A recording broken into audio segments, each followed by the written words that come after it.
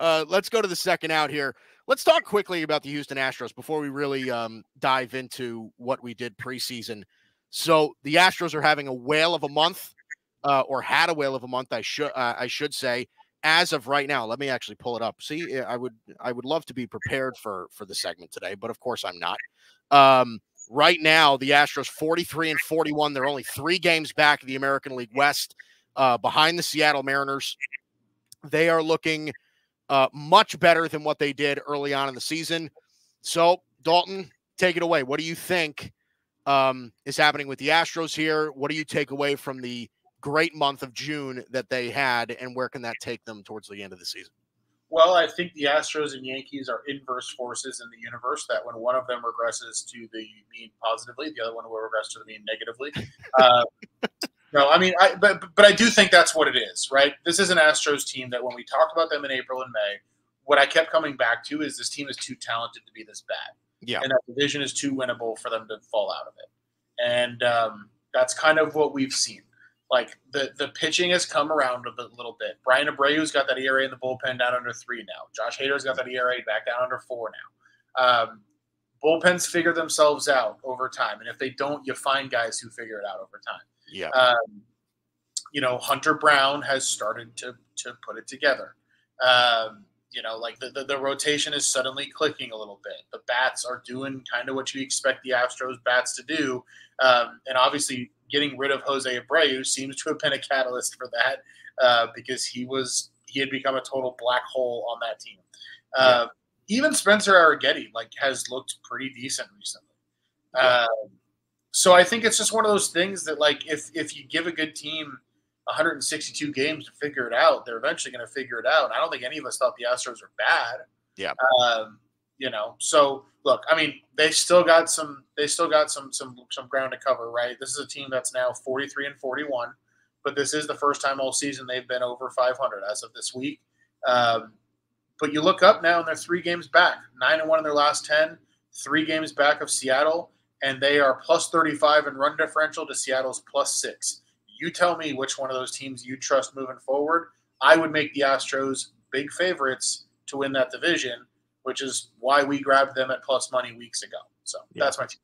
No, I agree. I love Pete Alonso as a trade fit for them. Now, it's tough to imagine that now because the Mets are playing really well. But I think you and I are both kind of on the same page about the Mets, where we don't really buy it. This is just kind of a really fun stretch with the whole Grimace thing and all of that stuff. Yeah, they had their Linsanity run. Yeah, it's right. And New York is familiar with that. Yeah. Pete Alonso, I think, is a phenomenal fit for that baseball team. They have to improve at first base. John Singleton is not the guy over there, as much as I like him as an occasional pinch hit bat with some pop. I can get behind that with him maybe, but I think, you're going to look at the trade market. You're going to look at the Goldschmidts and the Alonsos. And I think you add one of those guys to that lineup, and I think your point even gets strengthened in that sense. Yeah, no, I think Alonso makes a ton of sense there. I mean, even just based on the fact that he's a right-handed power bat. I mean, if you're a right-handed power bat, there's not many better ballparks to hit him in Houston. So, no, I think that makes an absolute ton of sense. I could also see them poking around in lesser parts of the market as well. I could see them going and getting a Lane Thomas in Washington, not necessarily to play first base, but, kind of just in general. I could see them seeing how the Giants feel about moving a Lamont Wade but I think they're going to be active in finding 1 or 2 more bats, and I think they'll succeed in doing so. But I agree. Pete Alonso makes a ton of sense there. Another name that comes to mind for me, the Rays are 500. If they slide, would they move Yandy Diaz? That's an interesting thought. That's a really interesting thought. And Yandy Diaz is not I don't think anybody on the Rays almost at any point ever is impervious to a trade. Definitely not. They will sell anybody. It doesn't matter who they are. Doesn't matter who they are. They will sell anybody. So that's an interesting thought, and that's something I haven't heard before. Or or Vladimir Guerrero Jr. Vladdy Jr. Yeah. That's the other obvious one. Vladdy Jr. is, see, and Vladdy Jr. to me ranks up there with Pete Alonso as like best fits there. Yeah. Like, and Vladdy Jr., I mean, we were kind of hard on Vladdy Jr.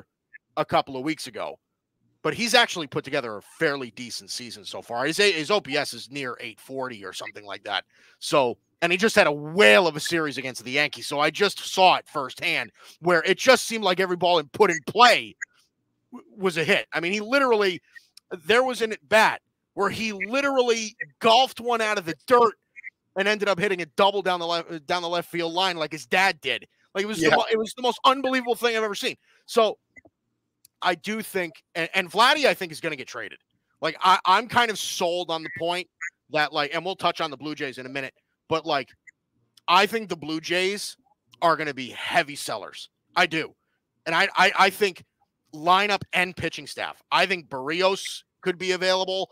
I think like there's going to be guys that they are just going to offload on that ball club.